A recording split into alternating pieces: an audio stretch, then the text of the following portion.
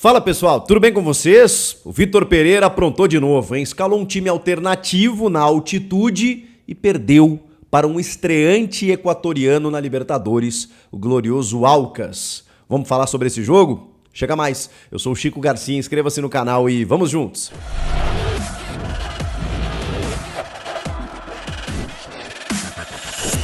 Na altitude de 2.800 metros de Quito, no Equador, o Aucas, estreante na Libertadores da América, conseguiu um feito inédito, histórico.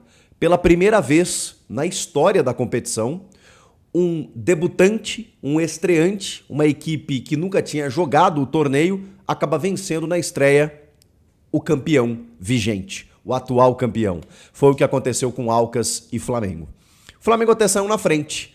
Mas vamos começar do começo, como eu sempre gosto, com a escalação que o Vitor Pereira levou a campo. Está envolvido aí em meio à decisão carioca, né? Mas venceu o primeiro jogo, conquistou uma boa vantagem, 2-0 sobre o Fluminense. Tem o próximo jogo agora no fim de semana e ele optou por escalar um time reserva. Dá pra gente dizer dessa forma. O goleiro Santos apenas o único titular, porque o Gabigol não é necessariamente um reserva, é que ele não começou o jogo contra o Fluminense, o Fla-Flu, e pediu para disputar a posição agora como centroavante. Então, a gente imagina que, em determinado momento, o Vitor Pereira vai escolher ou Pedro ou o Gabigol. E nesse jogo, por exemplo, ele escolheu o Gabigol entre uma escalação reserva, e o Pedro entrou no segundo tempo junto de outros titulares. Estou tentando fazer aqui uma leitura do que está pensando o Vitor Pereira.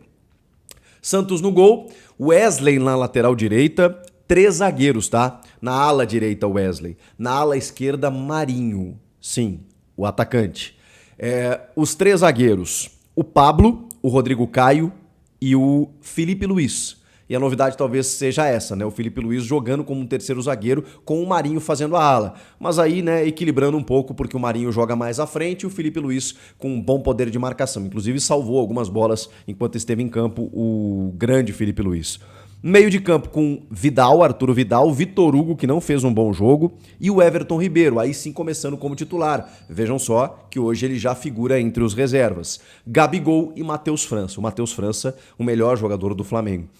Inclusive, faz a jogada do gol, uma jogada maravilhosa, uma pintura, dribla meio time do Aucas e dispara para abrir o placar. Ali o Flamengo construiu o seu resultado, mesmo sem jogar tão bem, mas tinha feito um primeiro tempo razoável, interessante, o suficiente para conquistar uma vitória, enquanto ainda tinha gás. Porque a gente sabe como a altitude ela favorece essas equipes que sabem muito jogar lá, estão adaptadas e os brasileiros acabam sofrendo. Aí vem o segundo tempo. E aí o Vitor Pereira continua fazendo aquilo que ele faz, né? Ele tem mesclado muito as equipes e talvez envolvido aí na questão do estadual tenha preferido fazer isso contando com a altitude, a viagem, logística, desgaste da minutagem para os jogadores e apostando no seu elenco interessante que ele tem realmente, com muitos jovens e tudo mais, e aí começou a tirar especialmente alguns jogadores mais rodados, mais cansados, né? O Vidal, por exemplo, teve que sair para a entrada do Gerson, mas aqui tem um negócio interessante. O Flamengo ele se desorganiza no segundo tempo, ele não consegue jogar bem no segundo tempo, ele é dominado pelo Aucas, ele falha defensivamente, mas era o momento do jogo em que o Flamengo tinha mais titulares. Porque além do goleiro Santos, o Varela entra na lateral direita, o Ayrton Lucas, que vinha sendo um destaque nos últimos jogos, entra no lado esquerdo, o Gerson entra no lugar do Vidal, o Pedro entra no lugar do Everton Ribeiro, que de novo não fez um bom jogo, acho que ele tá desmotivado mesmo, saiu até cabisbaixo, cansado, né, pela altitude e tal, mas visivelmente ele tá sendo preterido pelo treinador e não tá gostando, é uma sensação que eu tenho. O Gabigol segue no time, então você tem Pedro e Gabigol e o Matheus França aí substituído pelo Cebolinha. Ou seja, bons jogadores, né? O elenco que o Flamengo termina, o time que o Flamengo termina o jogo é um time muito interessante, pois foi justamente com esses jogadores que o time tomou a virada.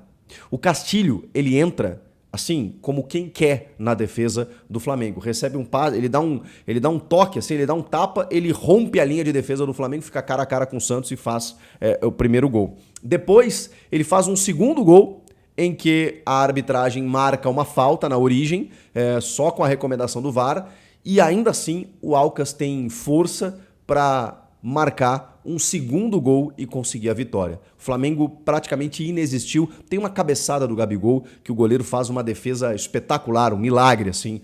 Realmente ela parece que está entrando no ângulo e ele consegue salvar. O Pedro entrou fazendo a sua movimentação, a sua parede. Nos minutos finais o Flamengo tentando meio que no abafa ali alguma coisa.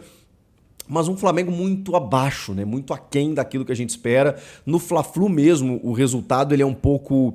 ele é um pouco, eu não digo enganoso, né? Mas ele é um resultado assim que não diz muito o que foi o jogo. Porque o Vitor Pereira começou com uma escalação diferente, o Fluminense teve chance para fazer o resultado, perdeu muitos gols, não conseguiu. No segundo tempo, aí com a expulsão do Samuel Xavier e a não expulsão do Léo Pereira, o Flamengo conseguiu 2 gols ali com a Ayrton Lucas e o Pedro, e aí acabou conquistando uma boa vantagem. Mas não dá pra gente dizer que o Flamengo sobrou o jogo inteiro. E o Vitor Pereira, eu não sei se ele tá meio querendo entrar numa roleta russa, assim, do tipo assim, né, para colocar o seu emprego a prêmio, ou se ele está realmente sendo uma figura colocada como um escudo da diretoria para fazer isso mesmo, colocar alguns jogadores no banco, fazer algumas cirurgias no elenco, fazer algumas trocas. O que me passa é isso, inclusive por isso ele está sendo mantido no cargo, porque ele não tem problema em deixar jogadores na reserva, em fazer trocas que não se justificam muito, enfim. Um trabalho que, obviamente, né, pode ser campeão no fim de semana, a tendência é que seja essa pela vantagem conquistada, mas assim, já começa uma Libertadores com esse aspecto negativo, né? O Flamengo, inclusive, perdeu a invencibilidade fora de casa de 14 jogos na competição. O ano passado, o Flamengo foi campeão invicto, com 12 vitórias e um empate. É impressionante a campanha do Flamengo na Libertadores passada. E o técnico era o Dorival, né?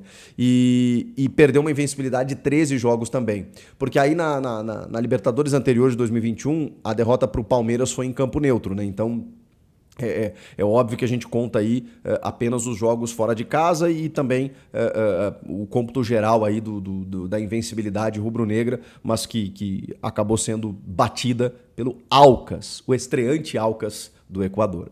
O que vocês acharam do jogo? Quero ouvi-los. Comentem aqui, inscreva-se no canal. Eu volto na próxima. Tchau!